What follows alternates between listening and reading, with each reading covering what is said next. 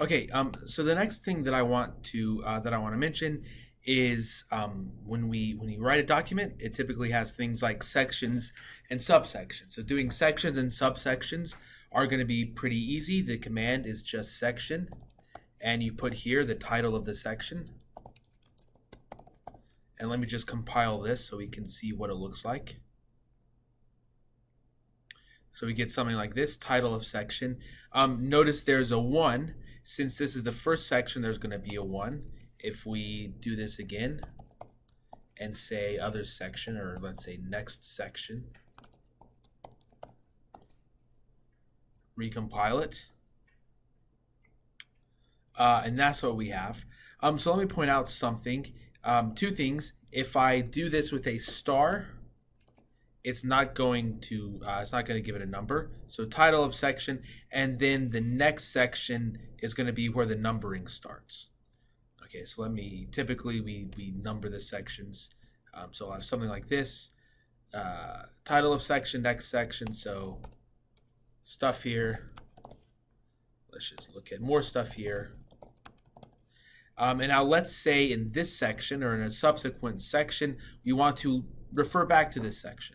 So we can label the section, and I'll just say first section, though that might not be the best name for it. So let me give it an actual, if we were doing this in a real document, maybe this would be the introduction. And so the clear name for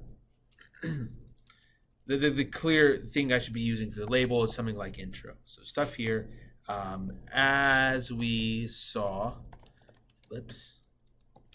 in section, and I'm going to do ref intro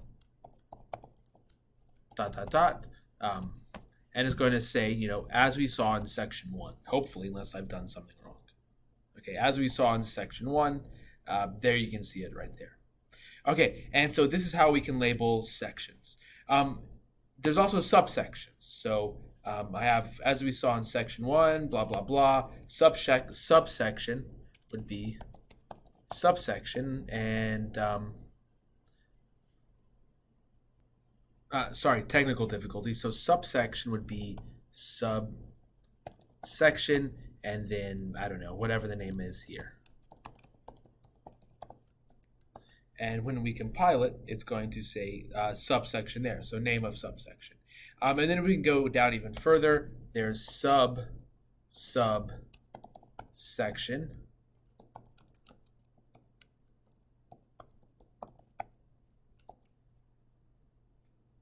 I misspelled it, but whatever, 2.1.1. And then we can even have paragraph.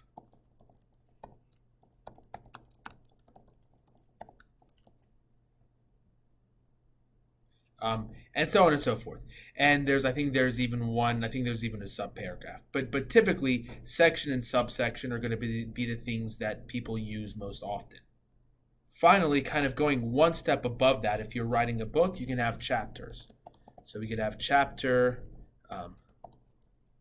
1. And when I save it, let's see what happens. Whoops. Oh, right. I forgot to mention, if you want to use chapters, you have to use a different document class, not an article, because articles don't have chapters, they have sections. So if you want the article class to be a report or a book, then you can have a chapter. Okay, and so now, this is a little unnatural just because of, we have the title page, and then we have a bunch of stuff, and then we have chapter 1. So really, chapter 1 should be above here. And when we save it, it's going to look the way that a report or a book should look. Okay, so this, then we have chapter 1, and so on and so forth. Okay, and really, this should be title. Just so you can see which chapter 1 is which chapter 1. This is what we have. And then notice that the section is 1.1. Before we did chapters, the section was just 1, but now it's title chapter 1. The first one means chapter 1. The other one means the first section of chapter 1. And if we did a chapter 2, which I guess we could just do,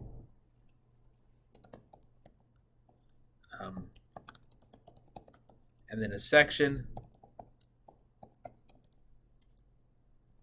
we'll do intro to chapter 2. What we get is chapter 2, and then this next section is 2.1. Okay, so all of this stuff about sections and chapters is available on that. If you go to the Learn LaTeX in 30-minute link, and then scroll down on the left, it's, I think, the document structure. If you go to the document structure, you'll see more stuff about sections and chapters. But this is just a basic overview.